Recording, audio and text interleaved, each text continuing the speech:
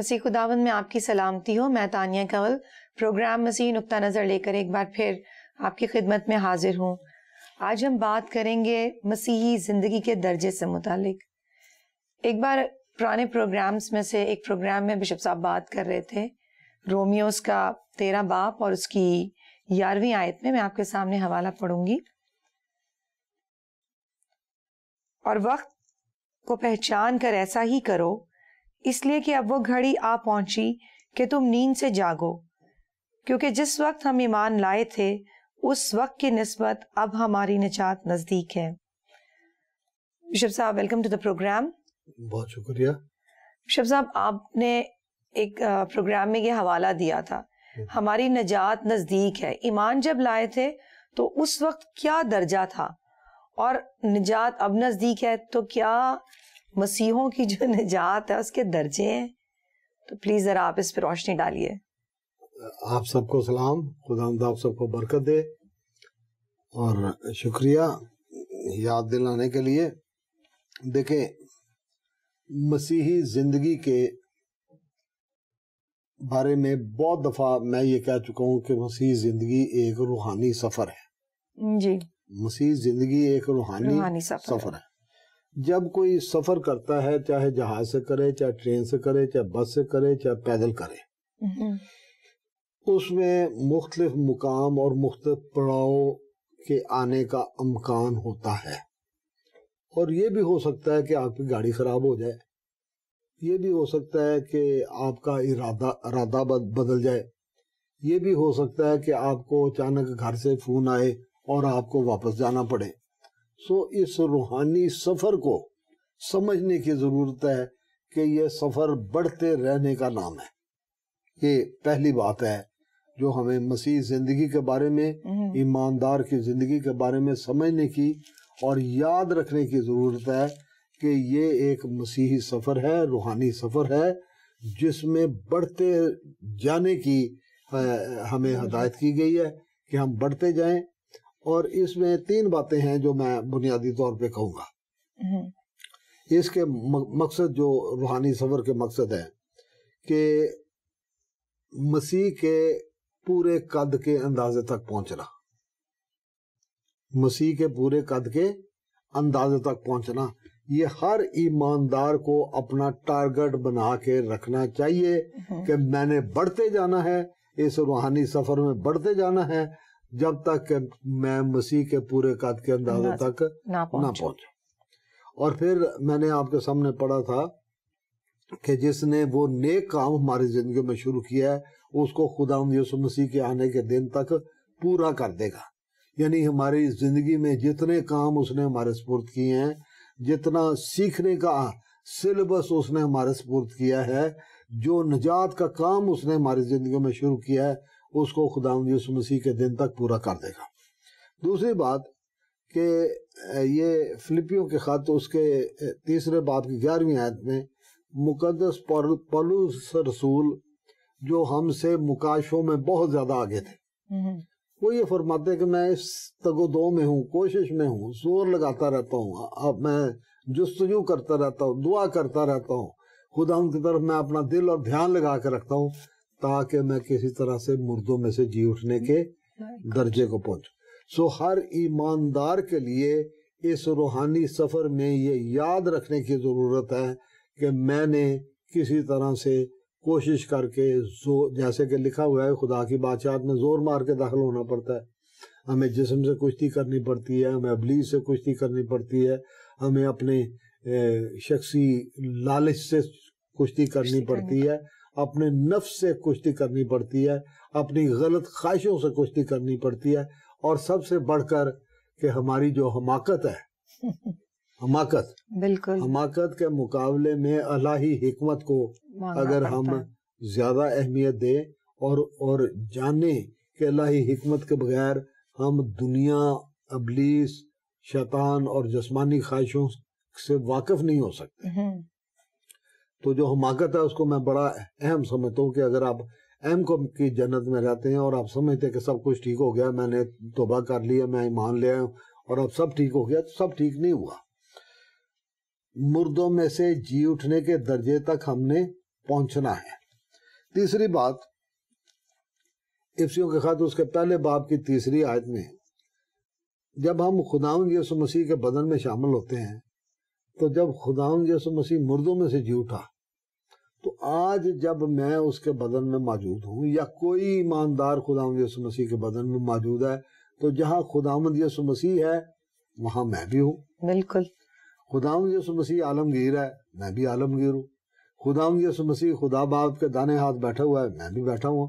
یہ ایک روحانی درجے میں ترقی ہے، elevation in the spiritual states ہے کہ ہمیں ہمارا روحانی مقام بڑھا دیا جاتا ہے، اٹھا دیا جاتا ہے، ہمیں درجہ بلند کر دیا جاتا ہے کہ جہاں خداوند یسوع مسیح ہے اس کی ذات میں شامل ہو کر میں بھی وہاں ہوں۔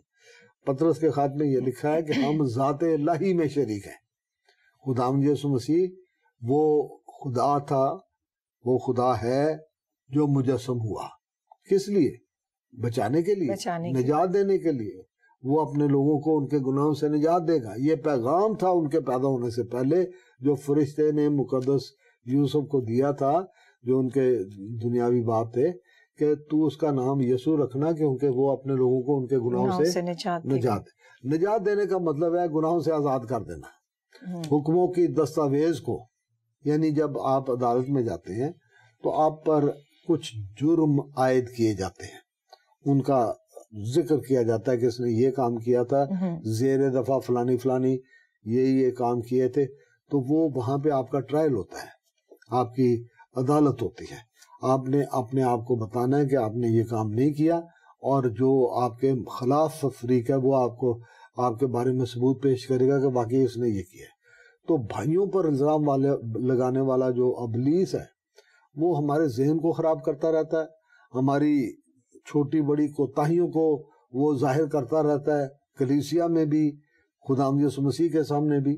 لیکن خداوند کا کلام یہ کہتا ہے کہ یسوع نے حکموں کی وہ دستاویز جو ہمارے خلاف تھی، یعنی کورٹ میں، عدالت میں جو ہمارے خلاف الزام لگائے گئے تھے، اس دستاویز کو خداوند یسوع مسیح نے مٹا دیا ہے۔ اب اس کے لہو میں اتنی قوت ہے کہ چاہے ہمارے گناہ چاہے ارغوانی کیوں نہ ہو، وہ دھل کر برف کی مانند اجلے ہو جاتے ہیں۔ تو وہ دستاویز مٹا دی گئی ہے۔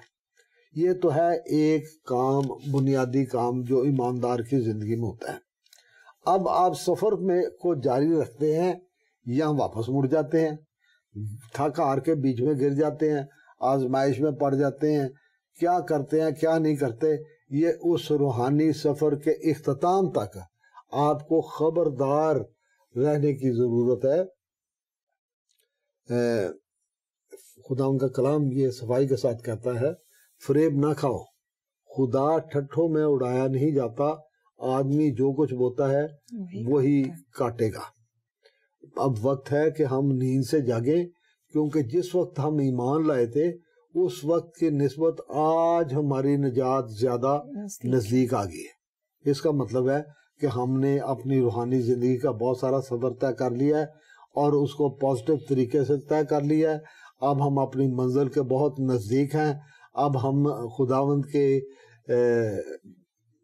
اتنے نزدیک آ گئے ہیں کہ نجات کا وہ کام جو ہماری زندگی میں شروع ہوا تھا جب ہم نے ایمان رکھا تھا، اپنے گناہوں کا اقرار کیا تھا، خداوند یسوع مسیح کو بادشاہ مانا تھا، نجات دہندہ مانا تھا، اور ہم اس پر ایمان لائے تھے، آج ہم اس سے بہت آگے نکل گئے ہیں۔ ہم نے سفر کا خاصا حصہ طے کر لیا ہے، یہ کہہ رہا ہے وہ۔ اور میں یہ کہوں گا کہ 4 درجے ہیں، مسیحی زندگی کے 4 درجے ہیں جن کے بارے میں ایمانداروں کو خبردار رہنے کی ضرورت ہے اور دھیان کرنے کی ضرورت ہے۔ کہ جب نیا آدمی ایمان لاتا ہے، کوئی آدمی ہو یا عورت ہو، بوڑھا ہو، جوان ہو، بچہ ہو، کوئی بھی ہو، جب وہ ایمان لاتا ہے تو وہ نوزائیدہ ہوتا ہے۔ نوزائیدہ کا مطلب ہے کہ نئے سرے سے پیدا ہونے والا۔ نئی پیدائش بچپنے کو ظاہر کرتی ہے۔ روحانی طور پہ بھی بچپنا ہوتا ہے۔ روحانی طور پہ بچپنا یہ ہوتا ہے کہ ہم اپنی اس نئی زندگی میں بڑے مسرور ہوتے ہیں، بڑے خوش ہوتے ہیں اور اسی کو سب کچھ سمجھ لیتے ہیں۔ میں نے آپ گواہی بھی دیتے ہیں میں نے یسوع کو پا لیا ہے, میں نے نجات پا لی ہے, میں نئے سرے سے پیدا ہو گیا. اب خوشی ہوتی ہے اور وہ حقیقی خوشی ہوتی ہے, لیکن ہوتا بچپنا ہے, کیونکہ آپ نے خداوند کے قدموں میں اور اس کے شاگردوں کے قدموں میں بیٹھ کے ابھی بہت کچھ سیکھنا ہے. تو جو نیا ایماندار ہے اس کے بارے میں خداوند کا کلام یہ کہتا ہے کہ کسی نو مرید پر جلدی ہاتھ نہ رکھنا. یعنی جو نیا ایمان لے کر آیا ہے اس کو تو کسی خدمت کے لیے مقرر نہ کر دینا.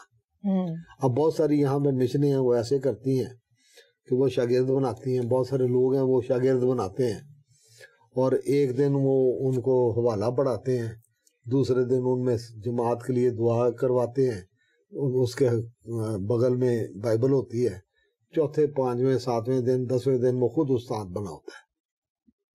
تو جس نے سیکھا نہیں ہے بھلے وہ نئے سرے سے پیدا ہو چکا ہو, خدا ان کا کلام یہ کہتا ہے کہ کسی نو مرید پر ہاتھ نہ رکھ, جلدی ہاتھ نہ رکھنا.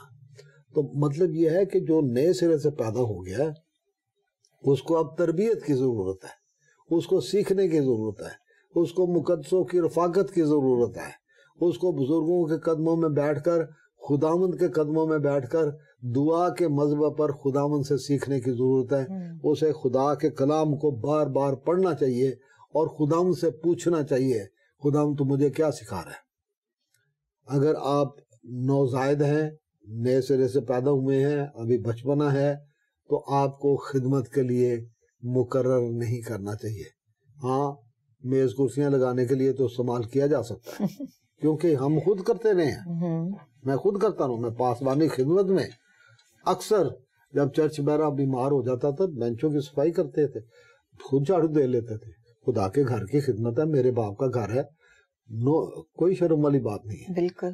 لیکن آپ روحوں کے ساتھ ڈیل کرنے کے لیے جب تک آدمی کے پاس امتیاز, روح کا امتیاز نہیں ہے, اس کے پاس الہی حکمت نہیں ہے, اس کے پاس خدا کے کلام کی صحیح واقفیت نہیں ہے, اور اس کے کان سن نہیں سکتے اور سمجھ نہیں سکتے, اس کو یہ نہیں پتا کہ میرے ساتھ شیطان آ کے مجھے غلط باتیں میرے دماغ میں ڈال رہا ہے, مجھے ویسے روحانی تکبر میں مبتلا کر رہا ہے, مجھے ویسے بھوک دیتا جا رہا ہے. تو وہ اسی واسطے خدا کے کلام میں لکھا ہے کہ کسی نو مرید پہ, نو مرید نجات یافتہ شخص ہوتا ہے, وہ نئے سرے سے پیدا ہوا ہوتا ہے لیکن ہوتا نو مرید ہے. تو جب نیا ایمان لاتے ہیں تو ایک درجہ وہ درجہ ہوتا ہے. پھر یسوع کے دوست, خداوند یسوع مسیح یہ خاص بات فرماتے ہیں. پہلے دیکھیں ذرا مقدس یوحنا کی انجیل اس کے 15ویں باب کی 13 اور 14 آیت. 15واں باب اس کی 13 اور 14 آیت. یہاں خداوند یسوع مسیح فرماتے ہیں میں تم کو حکم دیتا ہوں کہ اس سے زیادہ کوئی محبت کوئی شخص نہیں کرتا کہ اپنی جان اپنے دوستوں کے لیے دے دے. جو کچھ میں تم کو حکم دیتا ہوں اگر تم اسے کرو تو میرے دوست ہو. شاگرد اپنی جگہ پہ ہیں لیکن یہاں دوستی ہے. دوستی جو ہے وہ ایک بڑے خصوصی تعلق کو ظاہر کرتی ہے. اب ہمارے پاکستانی سسٹم میں تو ماں بہن کی گالیاں دے کے بھی وہ کٹھے رہتے ہیں. میں معاف کریں کہ میں منفی ایک مثال دے رہا ہوں, لیکن وہ دوست ہیں وہ ایک دوسرے کو گالیاں دے کے بھی پھر کٹھے ہوتے ہیں, ایک دوسرے کی جیب میں سے زبردستی نکلوا لیتے ہیں. مطلب وہ ایک ایسا رشتہ ہے جو شاید مطلب جس کو بیان کرنا اتنا آسان نہیں ہے. لیکن دوستی ایک بہت مضبوط رشتہ ہوتا ہے کہ آپ دوست کے ساتھ اپنے راز بھی شیئر کر لیتے ہیں, آپ دوست کے ساتھ آپ سوتے بھی ہیں, کھاتے بھی ہیں, اعتماد بھی کرتے ہیں, اس کو دھکے بھی دے لیتے ہیں, لڑ بھی پڑتے ہیں, لیکن پھر دوست کے دوست ہی رہتے ہیں. وہ کہتے ہیں کہ اگر تم میری باتوں پہ عمل کرو گے, ایک دوسرے کے ساتھ محبت رکھو گے تو تم میرے دوست ہو. پھر دوسرا حوالہ ہے لوکا 12 باب اس کی 4 آیت. یہاں پہ لکھا ہے مگر تم دوستوں سے میں کہتا ہوں کہ ان سے نہ ڈرو جو بدن کو قتل کرتے ہیں اور اس کے بعد اور کچھ نہیں کر سکتے. یہ خداوند یسوع مسیح خاص تعلیم دے رہے تھے کہ جو روح کو قتل کر سکتا ہے اس سے ڈرنے کی بجائے تم لوگ دنیا کے لوگوں سے ڈرتے پھرتے ہو کہ یہ نظام مجھے پکڑ کر میرے اوپر الزام لگا دے گا. وہ بدن کو تو قتل کر سکتے ہیں, وہ جیلوں میں تو ڈال سکتے ہیں, لیکن روح کو قتل نہیں کر سکتے. دانیل نبی جیسے, مقدس یوسف جیسے جیلوں میں پڑے رہے, سڑتے رہے, لیکن وہ خداوند کے ساتھ مضبوط ہوتے گئے, بڑھتے گئے. پطرس کے بارے میں, دوسرے رسولوں کے بارے میں پڑھتے ہیں, پولس کے بارے میں ہم پڑھتے ہیں کہ ان کو قید میں ڈالا گیا, لیکن جتنا ان کو قید میں ڈالا گیا وہ خداوند میں مضبوط ہوتے گئے. کتنے ہی خط ہیں جو رسولوں نے قید خانوں میں بیٹھ کے لکھے. دانیل نبی کے بارے میں, یوسف کے بارے میں ہم پڑھتے ہیں کہ وہ قید خانے میں تھے, لیکن خداوند ان کے ساتھ ہم کلام ہو رہا ہے, خداوند ان کے ساتھ رفاقت رکھ رہا ہے. تو یہ ہے کہ ہم خداوند کے ساتھ جڑے رہیں, اس کے ساتھ تعلق رکھیں اور خداوند یسوع مسیح کے دوست بن کے رہیں. اس سے ہم چھپا کچھ نہیں سکتے, وہ تو گردوں اور دلوں کو جاننے والا ہے, چھپا تو ہم کچھ بھی نہیں سکتے. تو ہم اس کے ساتھ دوستی رکھتے ہوئے, یہ دوسرا درجہ ہے کہ ہم اس کے دوست ہو جاتے ہیں. خداوند ہم اپنے راز, لکھا ہے کہ وہ اپنے وہ جو اس کے مہر میں راز ہیں ان کو وہ نیند ہی میں دے دیتا ہے, محبوب کو, وہ اپنے محبوب کو نیند ہی میں دے دیتا ہے. سو یہ باتیں ہیں کہ ہمیں خدا کے ساتھ دوستی کے حوالے سے محبت کا رشتہ بنا کے اور اس کے ساتھ دل کی باتیں کرنے کا سلیقہ آ جانا چاہیے کہ میں اپنے دل کی باتیں خدا ان کے ساتھ کر سکوں, چاہے وہ میری بیٹی کے بارے میں ہے, چاہے وہ میری بیوی کے بارے میں ہے, چاہے وہ میرے کسی کاروبار کے بارے میں ہے. میں خداوند سے چھپا نہیں سکتا, مجھے چھپانے کی ضرورت نہیں ہے, کیونکہ وہ دوست ہے. وہ میری کسی حرکت پہ وہ مجھے غصے تو ہوگا, مجھے سمجھانے کی کوشش تو کرے گا, لیکن وہ مجھے اسی طرح سے پیار کرتا رہے گا کہ ہم خداوند یسوع مسیح کے دوست بن جاتے ہیں. یہ دوسرا درجہ ہے جو اس روحانی سفر میں ہمیں حاصل ہو جاتا ہے. تیسرا ہے بھائی کا. ہم خداوند یسوع مسیح کے بھائی بن جاتے ہیں, ہم اس کے ہم میراث بن جاتے ہیں, ہم خدا کے گھرانے کے لوگ بن جاتے ہیں. خدا کے گھرانے کے لوگ بننا یعنی خداوند یسوع مسیح بھی اس میں شامل ہے اور ہم بھی ہیں. وہ ہمیں دوست سے بھائی کا درجے پہ لے جاتا ہے. مقدس متی کی انجیل میں اس کے 12ویں باب کی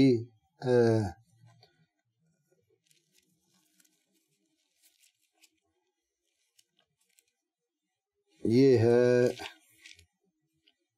50ویں آیت. یہ وہ وقت تھا جب اس کے ماں اور بھائی باہر کھڑے تھے اور اسے بات کرنا چاہتے تھے, اور کسی نے اندر آ کے کہا, ہے خداوند یسوع تو کلام سنا رہا ہے, لیکن تیرے بھائی, تیری ماں, تیرے سارے رشتہ دار, تیرا گھرانہ وہ باہر کھڑا تیرا انتظار کر رہا ہے, چھوڑ اس کام کو, جا ان کی بات سن. یسوع نے کہا, کون ہے میرا بھائی, کون ہے میری ماں؟ یہ جو میرا کلام سن رہے ہیں یہ ہے. ٹھیک ہے, اگر وہ اچھے ہوتے تو جو باتیں خداوند یسوع مسیح کر رہے تھے اندر آ کے بیٹھ کے وہ بھی سنتے. بالکل. اور جب وہ کلام یا کام ختم ہو جاتا تو پھر خداوند یسوع مسیح سے کہتے بھی ادھر آ, ہم نے بات کرنی ہے. تو وہ کہتے ہیں کہ دیکھو میری ماں اور میرے بھائی یہ ہیں, کیونکہ جو کوئی میرے آسمانی باپ کی مرضی پر چلے وہی میرا بھائی اور میری بہن اور ماں ہے. خدا کا شکر ہے کہ, اور اسی واسطے شاید جو شاگردوں کی پہلی جماعت تھی اس کو بھائیوں کی جماعت کہا جاتا تھا, لیکن اس میں شاید تبدیلی اس لیے کرنی پڑی کہ اس میں بہن کا اور ماں کا ذکر نہیں تھا, تو اس کو پھر کلیسیا بننا پڑا, جس میں بچے, بوڑھے, جوان, بہنیں, بھائی, بچے, مائیں سب شامل ہیں. ٹھیک ہے, اب یہ مل کر خداوند یسوع مسیح کا بدن بنتا ہے. لیکن یہ جو تیسرا درجہ ہے وہ ہے خداوند یسوع مسیح کے بھائی ہونے کا. بھائی کون ہے, بہنیں کون ہیں, اس کے بدن کا حصہ کون ہے, اس کے ہم میراث کون ہیں, اس کی باتوں پر دھیان کون دیتے ہیں. یہ وہ ہیں جو میرے آسمانی باپ کی مرضی پر چلتے ہیں. اب جب لکھا ہے نا کہ بہت سارے آئیں گے اور کہیں گے کہ ہم نے تیرے نام سے بدروحوں کو نکالا, ہم نے بڑی بڑی نمازیں کی, لمبی لمبی دعائیں کی, ہم نے یہ کر دیا وہ کر دیا, ہماری رپورٹیں دیکھ تو ہر سال چھپتی رہی ہیں اور بڑے بڑے اخباروں میں چھپتی رہی ہیں, بڑے بڑے ٹیلی ویژن کے پروگراموں میں وہ اپنا نشر ہوتی رہی ہیں, ہماری رپورٹیں دیکھ کتنا کام کیا ہم نے تیرے لیے. میں تمہیں جانتا نہیں کہ تم کون ہو, لیکن جو میرے آسمانی باپ کی مرضی پر چلتے ہیں ان سے کہوں گا میں کہ میں بھوکا تھا تم نے مجھے کھانا کھلایا, میں پیاسا تھا تم نے مجھے پانی پلایا, میں قید میں تھا تم میری خبر گیری کرنے کے لیے آئے. میرے لیے بہت سارے لوگ اس زمانے میں, اس دنیا میں, صرف پاکستان میں نہیں, صرف ایران میں نہیں, صرف ہندوستان میں نہیں, جہاں جہاں پر حکومتیں ہیں وہاں پر جھوٹے الزام لگتے ہیں. جو حکومت کے مخالفین ہیں وہ پکڑ کر قید میں ڈالے جاتے ہیں, جو مذہبی طور پر ناپسندیدہ شخص ہوتے ہیں ان کے خلاف کارروائی کی جاتی ہے. یعنی بے انصافی کے باعث جو لوگ قید خانوں میں ڈالے جاتے ہیں. بلکہ یہاں تک بھی میں کہوں گا کہ جو وہ ہیں عادی مجرم ہیں, ہمیں ان کے پاس جانے کی ضرورت ہے, ان کو خدا کی محبت کے بارے میں بتانے کی ضرورت ہے. اور میں خدا کا شکر کرتا ہوں کہ یہاں کراچی میں ہمارے بزرگ پادری آصف صاحب ہیں, آصف سردار, اے آر پی چرچ کے وہ پاسبان ہیں. انہوں نے لانڈی میں ایک چیپل بنوایا ہے اور وہ وہاں جاتے ہیں باقاعدگی کے ساتھ بہت ساری جگہوں پر. ساہیوال جیل میں ایک مہینہ میں ماں مرادی کرتا ہوں, کلام سناتا ہوں. اور جب آپ جاتے ہیں آپ کو کوئی نہیں روکے گا, آپ کو اجازت لینے کی ضرورت ہے, آپ اجازت لیں, آپ کو اجازت ملے گی, آپ جائیں. ان قیدیوں سے, ان مجرموں سے جو غلط کام کرتے ہیں ان کو خداوند کی محبت کے بارے میں بتائیں, ان کو بتائیں کہ تمہارے پاس توبہ کرنے کا راستہ کھلا ہے. تو پھر آپ خداوند یسوع مسیح کے بھائی ہیں جو اس کے آسمانی باپ کی مرضی پر چلتے ہیں. کہ جب ہم اپنی زندگی میں یہ ٹھان لیتے ہیں کہ جو خدا نے فرمایا ہے وہ میرے لیے حرف آخر ہے. اب یہاں پہ ہمارے پاس ہر روز فیصلہ کرنے کا وقت ہوتا ہے, لیکن اس کے لیے پہچان کی ضرورت ہے کون سی چیز خدا کی طرف سے ہے اور کون سی چیز شیطان کی طرف سے ہے. جو دنیا کا نظام ہے اس میں شیطانی چیزیں بار بار آپ کے سامنے آتی ہیں. ان سے بچنا کیسے ہے, ان پر فتح کیسے پانی ہے, روحوں کا امتیاز کیسے وہاں استعمال کرنا ہے, اسپرٹ آف ڈسرنمنٹ وہاں کیسے استعمال کرنی ہے, اور پرائرٹی کیا ہے, مطلب ہماری ترجیحات میں سے ترجیح کیا ہے کہ جو کچھ میرے آسمانی باپ کی مرضی ہے. آسمانی باپ کی مرضی کیا ہے کہ دیکھو یہ میرا پیارا بیٹا ہے, اس سے میں خوش ہوں, اس کی سنو. تو جب ہم اس کی نہیں سنتے تو ہم نے آسمانی باپ کی مرضی کو رد کر دیا.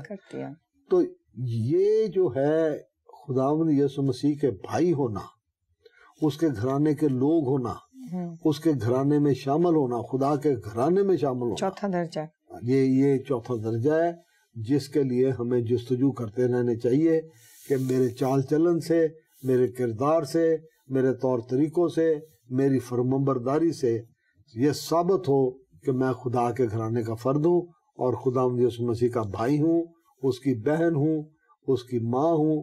یعنی جو بھی میرا رشتہ بنتا ہے میرا ایک شخصی رشتہ ہے خداوند یسوع مسیح کے ساتھ, اور وہ خداوند یسوع مسیح کے خون کے وسیلے سے, اس پر ایمان لانے کے وسیلے سے, اس کو قبول کر لینے کے وسیلے سے ہمیں خدا کے گھرانے کے لوگ ہونے کا شرف حاصل ہوتا ہے. آمین. بہت بہت شکریہ بشپ صاحب ان ساری اچھی باتوں کے لیے. عزیزوں, کیا ہم نے نجات پائی ہے اور ہم اس مقام پر ہیں, ہم سٹیپ فرسٹ پر کھڑے ہیں, ہم بڑے خوش ہیں مسیح کے گھرانے میں آنے سے, اس کو اپنا خداوند ماننے سے, یا ہم سٹیپ 2 پر کھڑے ہیں جہاں پر ہم یسوع کے دوست ہیں اور دوستی کے سارے تقاضے تبھی پورے ہوں گے جب ہم اس کا حکم مانیں گے, ہم اس کی بات کو مانیں گے.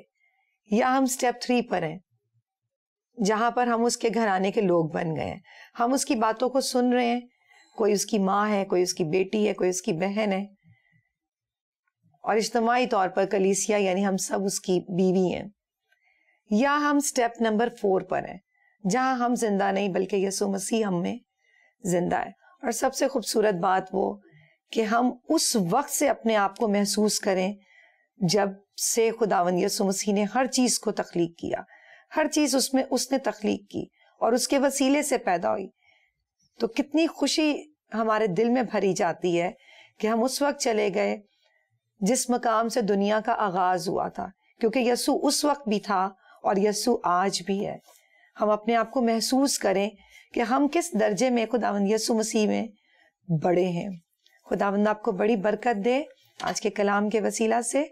خداوند آپ کے ساتھ ہو. ہم آپ کے لیے دعا گو رہیں گے اس کلام کے حوالہ سے اور ساری اس برکت کے حوالہ سے جو کہ خداوند نے آج آپ کو دی اپنے بندہ کے حوالے سے. آپ کا بہت بہت شکریہ پروگرام دیکھنے کا, اس میں ساری باتوں کو سمجھنے کا, سیکھنے کا. اسکرین پر موجود اس وقت کانٹیکٹ نمبر آپ کے سامنے ہے, اس کو نوٹ کیجئے, ہم سے کانٹیکٹ کیجئے. کوئی سوال اسی حوالے سے یا کسی اور ٹاپک کے حوالے سے اگر آپ کے ذہن میں آتا ہے تو آپ پوچھئے, شیئر کیجئے.